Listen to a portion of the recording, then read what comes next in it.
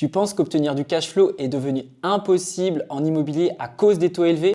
Laisse-moi te prouver le contraire dans cette vidéo. Hello les dénicheurs de pépites, c'est Jérôme, j'espère que vous avez la forme. Dans cette vidéo, je te donne 3 conseils concrets pour continuer à avoir du cash flow et ce, malgré des taux élevés. Le premier levier pour continuer à obtenir du cash flow va être d'allonger ta durée de crédit. C'est mécanique, plus tu auras une durée de crédit importante, plus tes mensualités vont être faibles. Donc je vais te donner un exemple chiffré pour illustrer un petit peu tout ça. Imagine tu achètes un bien immobilier à 150 000 €. Allez, on va prendre un taux de crédit moyen actuel, à savoir 3,5%.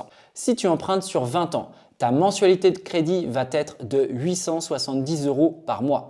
A contrario, si tu empruntes sur 25 ans, ta mensualité de crédit va forcément baisser et dans cet exemple-là, elle va atteindre 750 € de remboursement. Alors le résultat, c'est quoi? Ça va être 120 € de cash flow directement in the pocket. Tout ça simplement en allongeant la durée de ton crédit. Alors forcément, tu vas me dire, il y a un impact également sur les intérêts globaux que tu vas payer à l'issue de ton crédit immobilier. Alors dans notre exemple, sur une durée de 20 ans, on va avoir environ 73 000 € d'intérêt sur 20 ans et à 25 ans, ça va un peu exploser. On va passer environ à 101 000 €. Mais nous, ce qu'on recherche, c'est quoi? On recherche du cash flow pour pouvoir vivre de notre immobilier rapidement et tout de suite. Il faut savoir également que la durée de détention moyenne d'un bien en France est aux alentours des 7 ans. Donc, encore une fois, il y a très peu de chances que tu ailles au bout de ton crédit immobilier. Donc, en fait, ce que je t'invite à faire, c'est vraiment profiter de cet instant T, du cash flow que tu vas pouvoir te mettre dans ta poche pour pouvoir vivre de tes loyers et tout ça justement en allongeant la durée du crédit. Le deuxième conseil que j'ai à te donner va être de mettre de l'apport. Et là, je t'entends déjà me dire « Oui, mais Jérôme m'a toujours dit qu'il fallait pas mettre d'apport dans son projet immobilier. »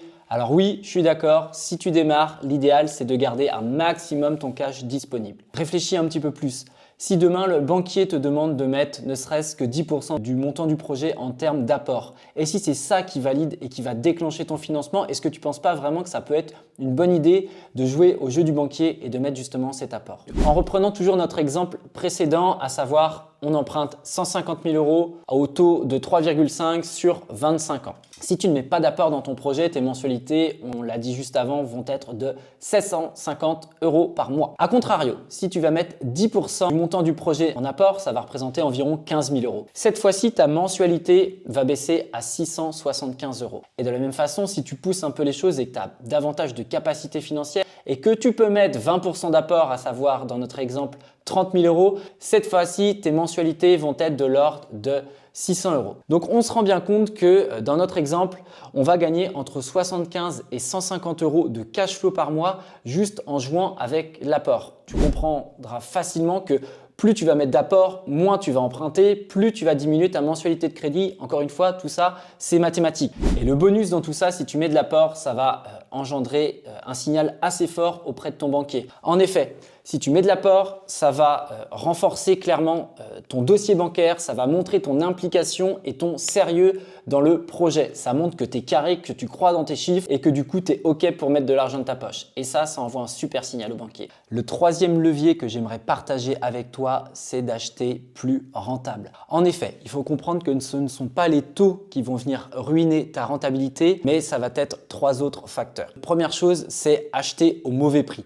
C'est pour ça que je t'invite toujours à viser et à négocier des biens à 10 ou 20% en dessous du prix du marché et ça, c'est vraiment le minimum qu'il faut viser. La deuxième des choses, c'est d'adapter un petit peu tes recherches dans un secteur qui va être porteur, là où la rentabilité est plus élevée. Et enfin, il faut absolument que tu crées de la valeur. C'est ce que je dis à chaque fois à mes élèves de formation. Créer de la valeur. Tu vas t'enrichir grâce à de la création, à de l'optimisation. Donc, j'entends par là de la division, de l'optimisation de stratégie, donc colocation, location courte durée, immeuble de rapport notamment. Là-dedans, vraiment, où tu vas venir booster ta rentabilité. Toujours notre exemple à 150 000 € sur ton prix d'achat.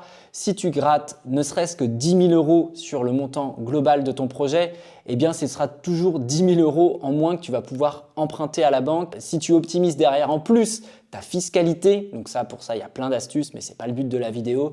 Si d'ailleurs ça t'intéresse que je te fasse une vidéo sur la fiscalité, N'hésite pas à me le dire en commentaire, je referme la parenthèse. Petite astuce au passage, afin de booster pareil ton cash flow pendant un certain temps donné, c'est de demander à ta banque un différé de remboursement. Le différé de remboursement va te permettre de minimiser un petit peu tes mensualités de crédit pendant une période donnée, donc 6 mois, 12 mois, 18 mois, parfois même 24 mois. J'ai même eu à titre personnel un différé jusqu'à 36 mois avec une banque et typiquement pendant ce temps, j'encaissais tous mes loyers et je ne recommençais pas à rembourser mon prêt. Ça m'a permis vraiment de constituer une épargne de sécurité sur le projet hyper intéressante. Donc retiens ça, le différé de remboursement. Donc tu l'as compris, malgré un contexte économique avec des taux élevé, le cash flow est encore disponible. Il ne tient qu'à toi de trouver les bons moyens, les bons leviers. Donc là, je t'en ai partagé plusieurs. N'hésite pas d'ailleurs à me dire dans les commentaires lequel te semble le plus intéressant. Et si tu as d'autres idées, je suis également preneur. Si cette vidéo t'a plu, n'hésite pas à me lâcher un petit pouce, à t'abonner et à activer la petite cloche de notification. Et tu peux également, s'il te plaît, partager cette vidéo à un ami investisseur qui a besoin de conseils et qui a besoin d'accompagnement pour démarrer ses projets d'investissement immobilier. On se retrouve très vite dans une prochaine vidéo. C'était Jérôme. Ciao, ciao.